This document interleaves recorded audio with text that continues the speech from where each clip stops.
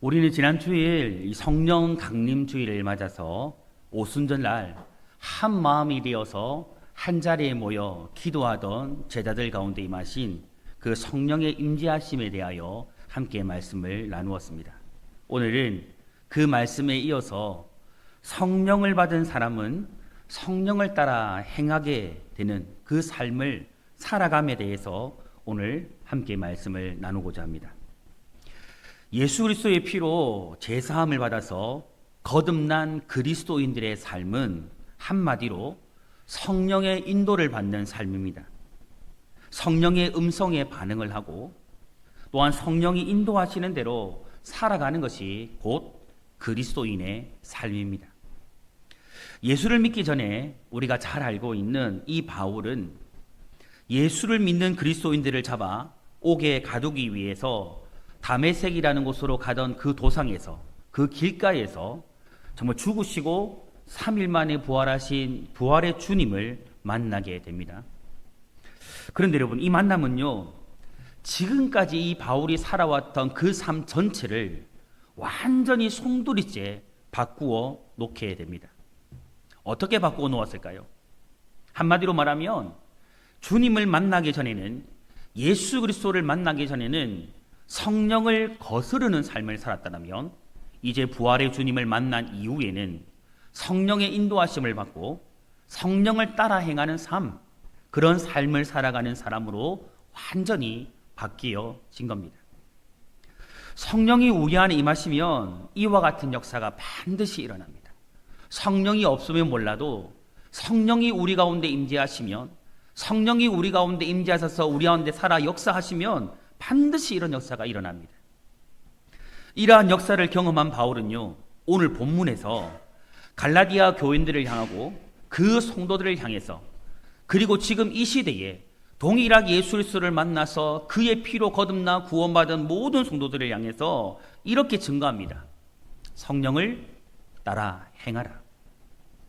그러면서 육체의 일과 이 성령의 일을 서로 대조하면서 육체의 일을 추구하는 자는 하나님의 나라를, 천국을 유업으로 받지 못할 것임을 경고하고 있습니다.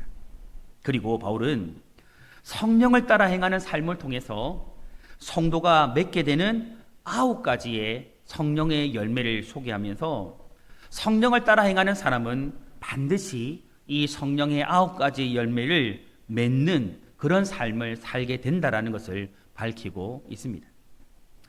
본문에서 말하고 있는 이 성령의 9가지 열매는요, 우리가 기억해야 할 것이 무엇이냐면, 이 열매는 맺어도 되고 안 맺어도 되는 그런 차원의 것이 아니라는 거예요. 이것은 반드시 예수 그리스도를 믿어서 거듭난 성도라면 성령 안에서 반드시 맺어야 되는 열매임을 밝히고 있는 겁니다.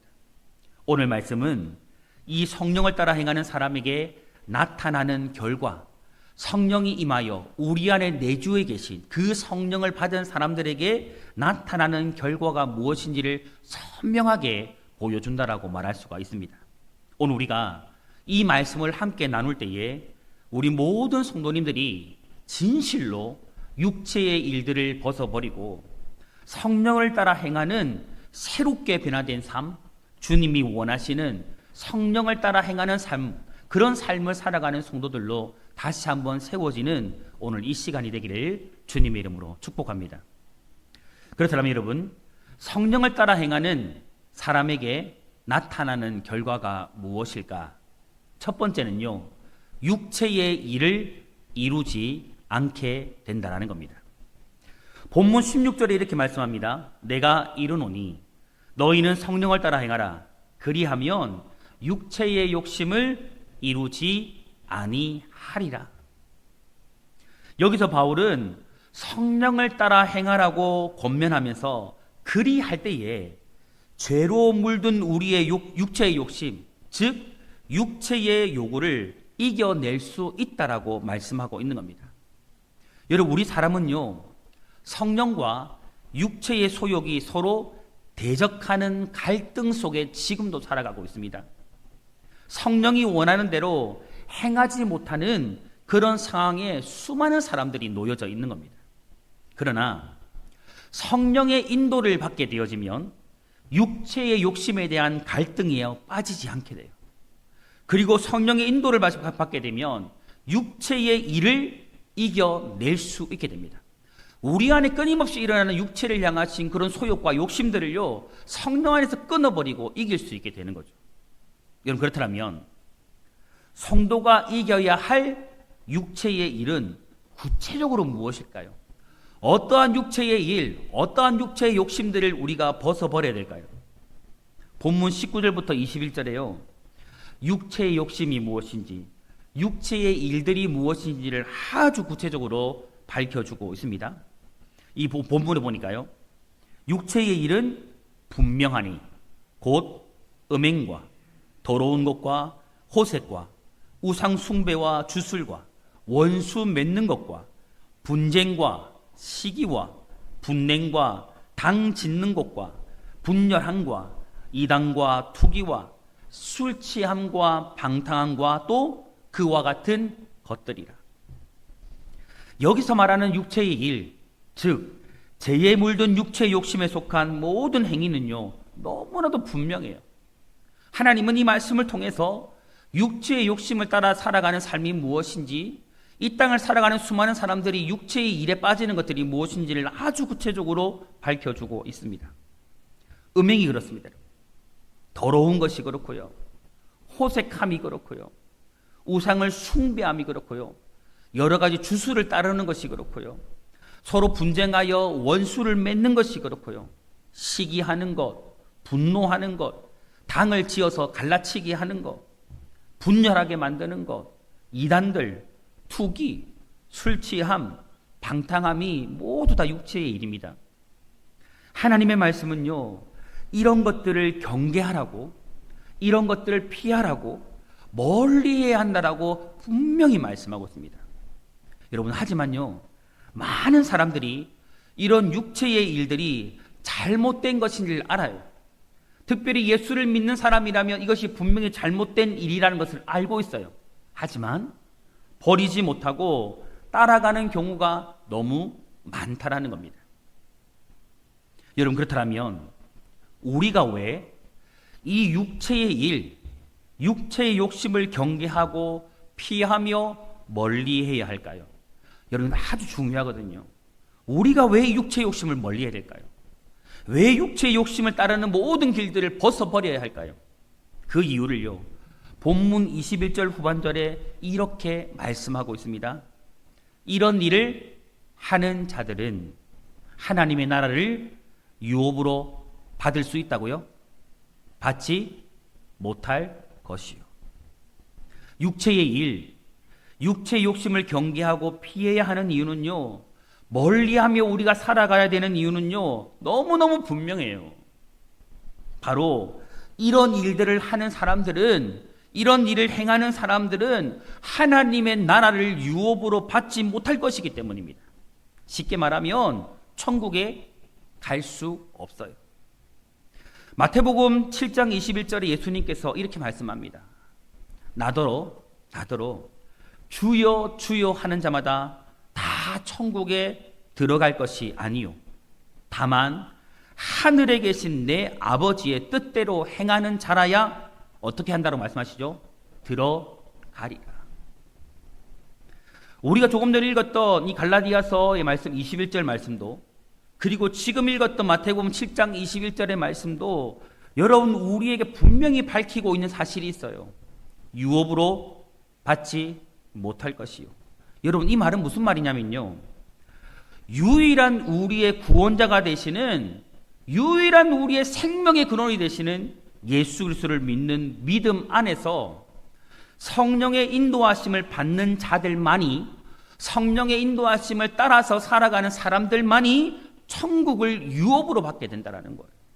그리고 육체의 욕심을 따라서 육체의 일을 여전히 행하며 살아가는 사람들은, 육체의 욕심을 따라서 육체의 일을 행하는 사람들은 하나님의 나라를 유업으로 받을 수 없다. 천국을 갈 수 없다. 그것을 말씀하고 있는 거예요. 여러분, 우리는요, 이런 이야기를 자주 합니다. 믿음으로 구원을 얻었다. 혹은 믿음으로 하나님의 나라에 들어간다. 여러분, 우리는 성도들의 이런 말을 너무 쉽게 이야기해요. 너무 편안하게 이야기해요.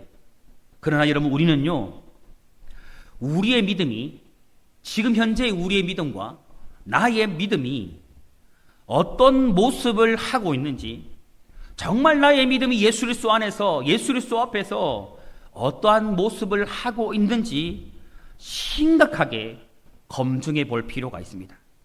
오늘 나의 믿음이 정말 어떤 믿음인지 여러분, 우리는 심각하게 점검을 해봐야 돼요.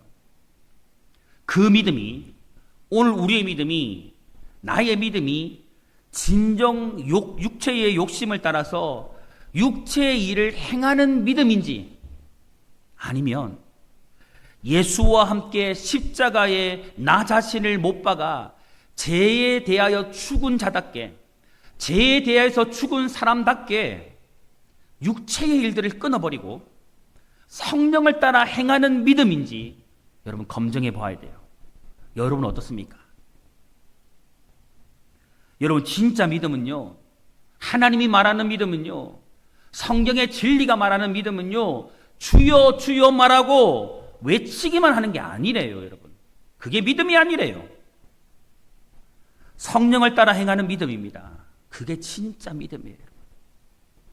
하늘에 계신 내 아버지의 뜻대로 예수님이 말씀하신 것처럼 하나님이 말씀하신 그대로 행하며 살아가는 거, 아버지의 뜻대로 행하는 그것이 진짜 믿음이라고 말하고 있는 겁니다. 성도 여러분, 성령이 우리 안에 계실 때에 우리는요, 육체의 욕심에 이끌리지 아니할 수 있어요. 성령을 따라 행할 때 우리는요, 육체의 일을 행할 수 없어요. 행하지 않게 돼요.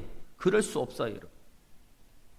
사랑하는 성도 여러분, 오늘 성경이 밝히고 있는 음행이나 더러운 것이나 호색이나 우상숭배나 주술이나 원수 맺는 것, 분쟁하는 것, 시기하는 것, 분노하는 것, 당을 짓는 것, 분열하도록 만들어내는 것, 이단들, 투기하는 것, 술 취하는 것, 방탕하는 것, 여러분, 이런 육체의 일을 행하는 사람은요, 결코 천국에 갈 수 없어요. 여러분. 없어요. 우리가 이것을 경계하고 꼭 기억해야 합니다. 여러분. 오직 성령을 따라 행하는 사람, 하나님 아버지의 뜻대로 행하는 사람만이 어디로 갈 수 있습니까? 천국에 갈 수 있습니다. 여러분, 이 말씀은 누구의 말씀이에요? 주님의 말씀이에요. 예수님의 말씀이에요. 그러므로 오늘 우리 모든 성도님들은요, 성령의 인도하심 속에서 육체의 일을 이루지 않는 삶을 살아가시기를 소망합니다. 오늘 본문이 밝히고 있는 육체의 일, 정말 이것들 정확하게 하나님이 말씀하고 있는 것들을 여러분 우리의 삶에서 철저히 끊어버릴 수 있기를 소망합니다. 육체의 일을 완전히 끊어버리고 오직 성령을 따라 행하는 삶, 그런 삶을 우리 성도님들이 오직 주님 안에서 하나님 앞에서 그렇게 살아갈 수 있기를 주님의 이름으로 축복합니다. 두 번째는 여러분, 성령을 따라 행하는 사람에게 나타나는 결과, 두 번째는 성령의 열매를 맺는 삶이 된다라는 거예요. 여러분, 성령을 따라 행하는 삶은요, 열매 맺는 삶이에요. 열매 맺는 삶이에요.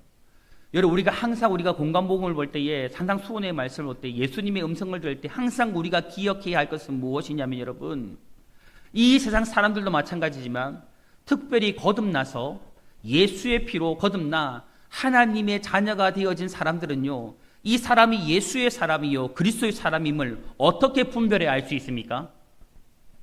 그 사람을 보고 알 수 없어요. 무엇으로 알 수 있습니까? 열매를 통해 알 수 있죠. 우리가 행하는, 우리의 삶으로 나타나는 그 사람의 언행이나 생각이나 마음속에 담겨져 있는 그 모든 행위들로 우리는 진짜를 알아볼 수 있는 거예요. 본문에서 바울은 성령의 열매에 대해서 본문 22절과 23절에 이렇게 말합니다. 오직 성령의 열매는 사랑과 희락과 화평과 오래 참음과 자비와 양성과 충성과 온유와 절제이니 이 같은 것을 금지할 법이 있습니까 없습니까? 없느니라.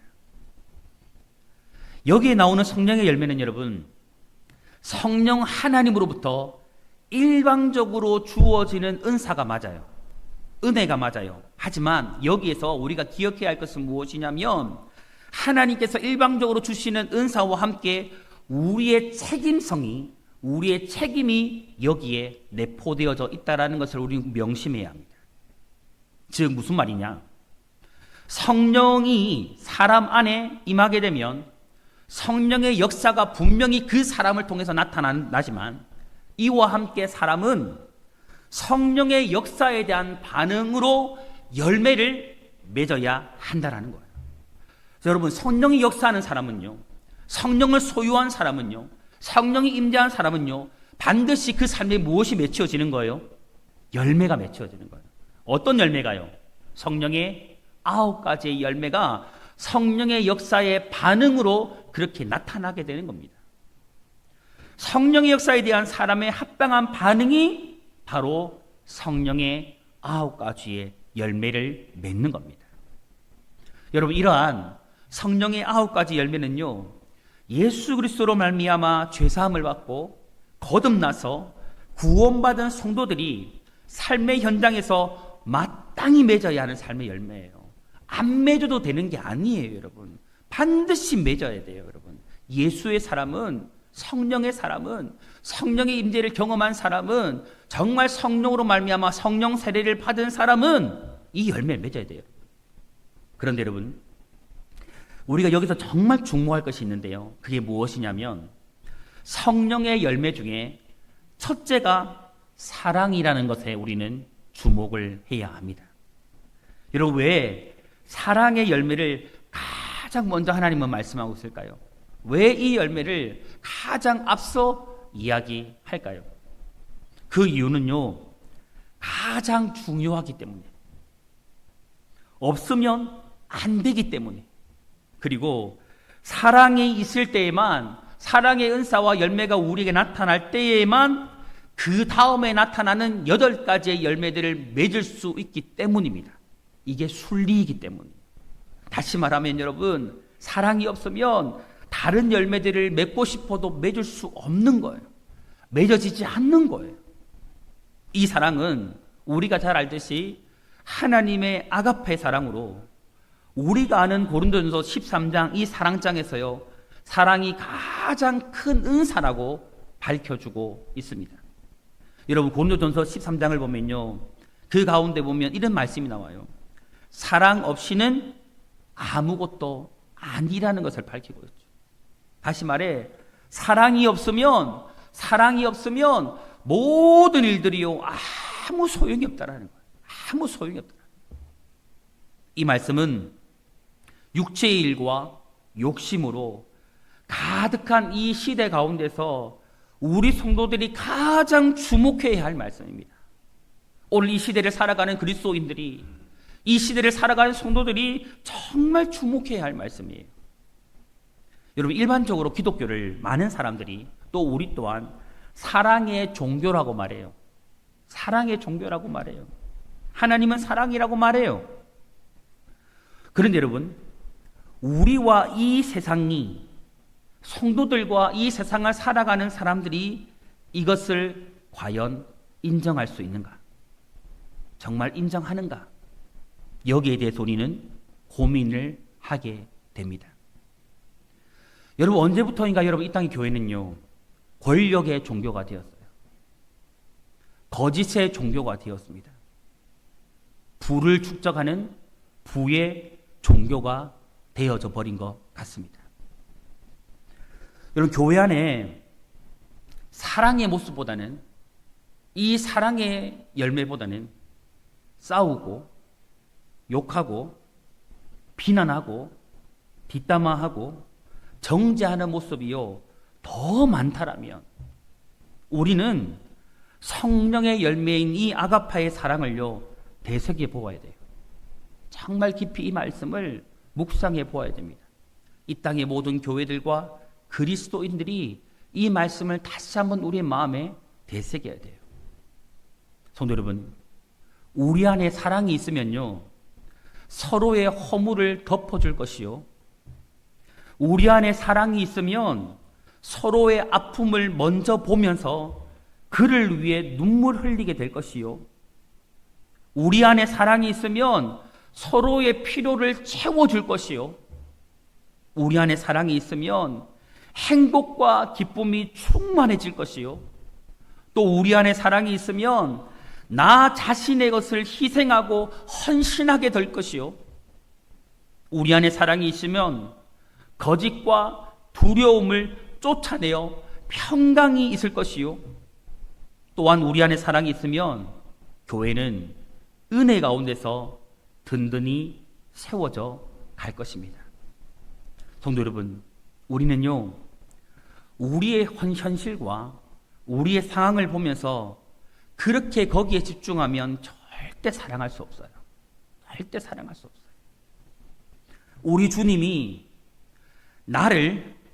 우리를 어떻게 사랑하셨는지, 내가 예수 그리스도의 십자가를 통해서, 그분의 십자가의 그 보혈을 통해서 내가 얼마나 큰 사랑을 받은 사람인지, 내가 얼마나 큰 은혜를 받은 사람인지를 깨달을 때에, 거기에 집중할 때에, 그때 우리는 사랑할 수 있어요. 사람에게 집중하고, 환경에게 집중하고, 사람의 연약함과 부족함에 집중하면 여러분 사랑할 수 없어요. 우리는 여러분 예수에게 집중해야 합니다. 사랑이신 하나님에게 집중해야 합니다. 오늘 내가 그 하나님을 통해, 십자가의 주님을 통해 내가 얼마나 큰 은혜와 얼마나 큰 사랑을 받았는지, 내가 얼마나 큰 죄의 사함을 받았는지를 거기에 집중해야 하는 겁니다. 그리고 여러분, 이 사랑이 내 안에 있을 때에, 내 안에 정말 이 하나님의 사랑이 있을 때에 희락과 화평과 오래 참음, 자비와 양성과 충성과 온유의 절제의 열매를요 맺을 수 있게 되는 겁니다. 성도 여러분, 성령 하나님은 우리에게 천사의 정말 화려한 방언이나 모든 지식을 가지고 예언하면서 대단한 능력을 나타내고 대단한 능력을 행하면서 예수님을 증거하라고 요구하지 않으세요. 우리 하나님은 그런 분이 아닙니다, 여러분. 성령 하나님은 우리에게 마음으로 뜨겁게 서로 사랑하라고 말씀하세요. 이것을 요구하세요. 성령 안에서 기뻐하라고 말씀하세요. 모든 사람과 더불어서 화목하라고 말씀합니다. 모든 사람에 대해서 오래 참으라고 말씀하세요. 그리고 성령은 여러분 우리에게 수많은 놀라운 사람들을 막 놀라게 하고 뒤집어지게 할 만한 그런 기적과 표적을 행하라고 요구하지 않으세요. 성령은 그런 분이 아니에요, 여러분. 오직 서로 친절하게 하고 모든 사람에 대하여서 항상 선하고 의롭고 진실함을 따르라고 성령은 요구하고 있습니다. 또한 여러분, 죽도록 충성하라고 하시고요, 범사의 온유함으로 모든 사람들에게 나타내라고 말씀하시고요, 모든 일에 절제하고 이를 통해서 오직 예수 그리스도를 나타내고 증거하라고 말씀하고 있습니다. 이런 성령 하나님의 요구를 따라서 성령의 열매를 맺는 삶이 여러분 바로 성령을 따라 행하는 삶입니다. 성도 여러분, 그리스도의 사람은요, 예수의 사람은요, 이런 사람이에요. 이런 사람입니다. 자신의 육체를 예수님과 함께 십자가에서 못 박아 죽인 사람이에요. 나의 생각이 살아있을 수 없어요, 여러분. 나의 자아가 살아있을 수 없어요. 내 성품이 살아있을 수 없어요. 나의 그 무엇도 주님보다 앞설 수 없어요. 성령의 인도하심보다 앞설 수 없어요. 말씀보다 앞설 수 없는 겁니다. 그래서 여러분 더 이상 육체의 욕심을 따라서 육체의 일을 이루는 삶을 살아갈 수 없고 성령을 따라서 성령의 열매를 맺는 삶을 살아가야 하는 겁니다. 그래서 여러분 본문 24절에요 이렇게 말씀하는 거예요. 그리스도 예수의 사람은 육체와 함께 그 정욕과 탐심을 어디에 못 박았습니까? 십자가에 못 박았습니다. 여러분 우리가 기억했으면 좋겠어요. 정말 예수의 사람은 여러분, 정말 성령을 받은 사람은요, 정말 그리스도인은 여러분, 하나님의 자녀는요, 자신이 죽은 사람이에요. 살아있는 사람이 아니에요, 여러분. 나를 죽인 사람이 정말 예수의 사람이고 그리스도의 사람이고 성령의 사람인 겁니다. 육체와 함께 그 정욕과 탐심을 십자가에 못 박은 예수의 사람은 철저히 그리스도를 따라가는 거예요.